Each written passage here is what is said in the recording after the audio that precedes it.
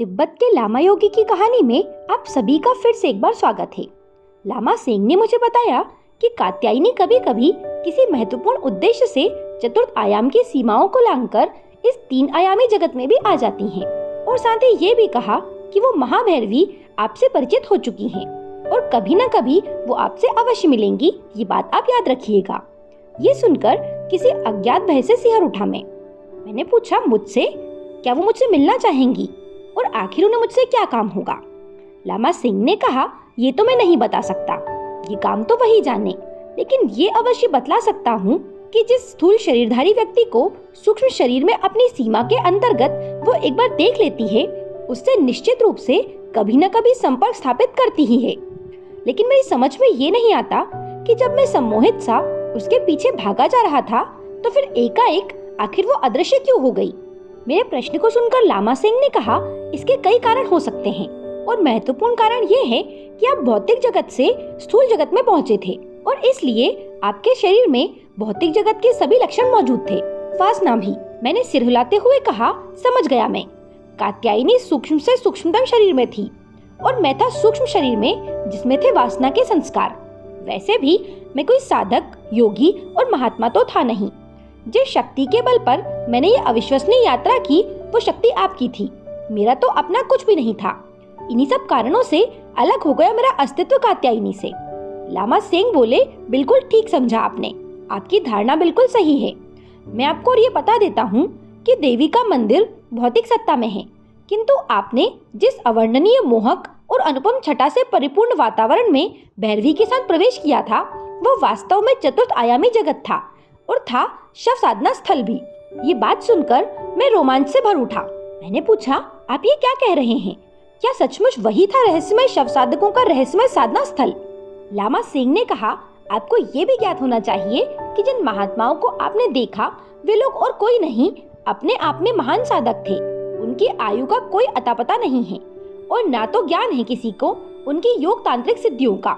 वास्तव में उनकी मानवेतर शक्तियों की कोई ईप्ता नहीं है। ये सब सुनकर मैं भौचक्का सा रह गया।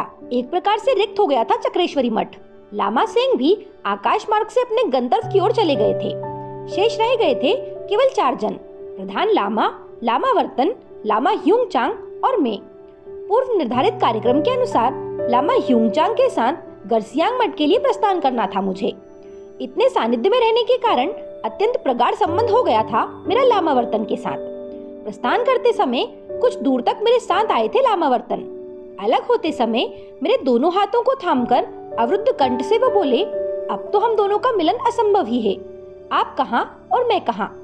कभी कभी स्मरण अवश्य करिएगा मुझे। अंतिम शब्द के साथ उनकी आंखों में आंसू भर आए।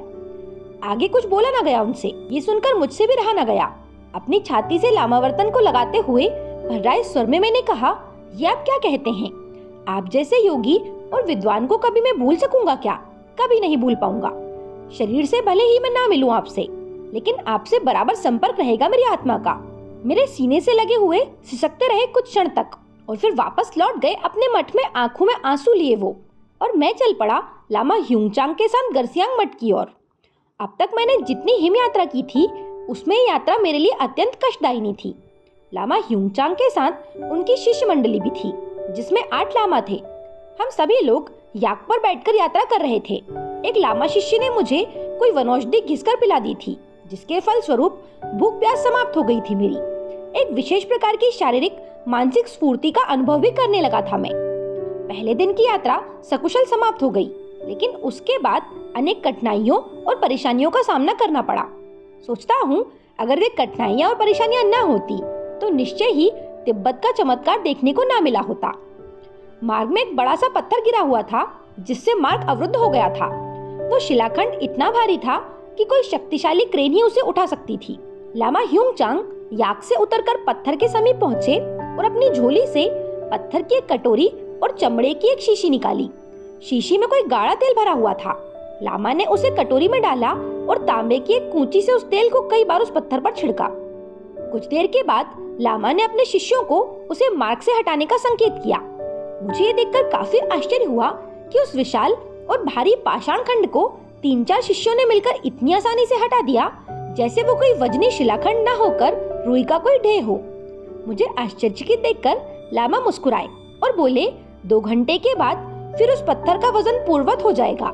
कारण पूछने पर लामा ने बताया कि कुछ समय के लिए इस पत्थर में विद्यमान गुरुत्वाकर्षण शक्ति को सुला दिया है, यानी पृथ्वी की गुरुत्वाकर्षण शक्ति को निश्चेष्ट कर दिया गया है। जिस प्रकार गुरुत्वाकर्षण का विज्ञान सत्य है, वैसे ही उसका कुछ समय के लिए नियंत्रण भी सत्य है। ये मैंने किसी मंत्र शक्ति के बल पर नहीं किया है, ये तो कुछ द्रव्यों का रासायनिक प्रभाव मात्र है। परंतु हम साधारणतया गुरुत्वाकर्षण के सिद्धांत को इतना अकाट्य मानते हैं कि इसके विरुद्ध होने वाली प्रत्येक घटना को अप्राकृतिक कहने से कभी संकोच नहीं करते। जैसे कि मैंने बताया, मेरी ये हिम यात्रा अत्यंत कष्टदायिनी थी। तीसरे दिन फिर एक बाधा सामने आ गई। एक काफी लंबा चौड़ा पहाड़ी नाला था जिसमें तीव्र गति से पानी बह रहा था। लामा का चमत्कार यहाँ भी देखने को मिला मुझे। उन्होंने किसी वनस्पति की जड़ झोले से निकाली और उसे एक रासायनिक द्रव में डुबोकर रख दिया। कुछ देर के बाद निकालकर उसे नाले के किनारे जमीन में गाड़ दिया। 2 घंटे के बाद उसमें से कुछ अंकुर फूट निकले। लंबी लंबी लताएं बढ़ने लगी जो पहले से रखी हुई रस्सियों के सहारे इस प्रकार से उस पार तक फैल गईं और खूब मोटी हो गईं। रात भर में 4 फीट चौड़ा झूले का एक मजबूत पुल तैयार हो गया। हम सब लोगों ने बड़ी आसानी से उस 30 फुट के नाले को पार कर लिया। मालूम हुआ कि कुछ दिनों के बाद ये लताएं रस्सियों को खाकर केवल अपने ही सहारे स्थित रहेंगी और तब तक नष्ट न होंगी जब तक उनकी मूल जड़ सुरक्षित रहेगी। यदि पुल को नष्ट करना हो तो तांबे के तार को इकोनाइट में भिगोकर जड़ में कोच देने से 20 मिनट में सारी लताएं सूखकर गिर पड़ेंगी। तिब्बत में उस लता को सावा कहते हैं।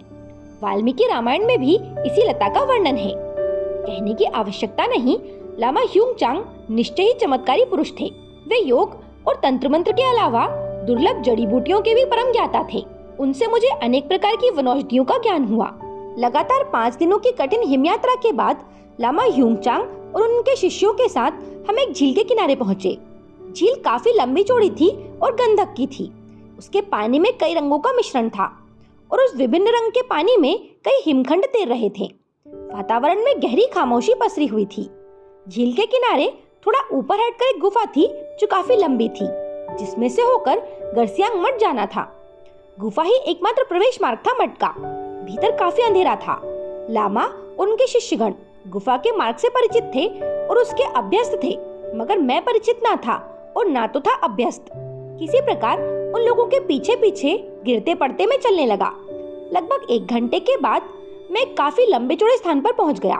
वो स्थान खुला हुआ था। देखा, उस स्थान के एक और काफी बड़ा फाटक नुमा दरवाजा था। वो मठ का मुख्य द्वार था, लेकिन वहाँ भी अंधेरा ही था। प्रकाश का कहीं कोई नामो निशान नहीं था। हॉल में प्रवेश करते ही लामा ने एक घड़ियाल उठाई, जिसके साथ लकड़ी की एक मुंगरी बंधी हुई थी। घड़ियाल तांबे की थी और चमक रही थी। उसके चारों ओर चांदी के तारों की एक बड़ी ही सुंदर सी झालर लगी हुई थी। मैंने देखा, घड़ियाल को मुंगरी से मारते ही ठन ठन की ध्वनि निकली और उस ध्वनि के साथ ही कई स्थानों पर हल्के रंग का प्रकाश हो गया। पहले तो प्रकाश मध्यम था, लेकिन बाद में धीरे धीरे बढ़ता गया और अंत में इतना बढ़ गया कि लगा जैसे वहाँ एक साथ हजारों पावर के कई बल्ब जल रहे हों। काफी देर के बाद जब प्रकाश कम होने लगा तो लामा या कोई शिष्य फिर घड़ियाल पर उसी मुंगरी से चोट कर देता, जिससे प्रकाश फिर पूर्ववत हो जाता। आश्चर्यचकित होकर मुंह बाय मैं चारों ओर देखने लगा था।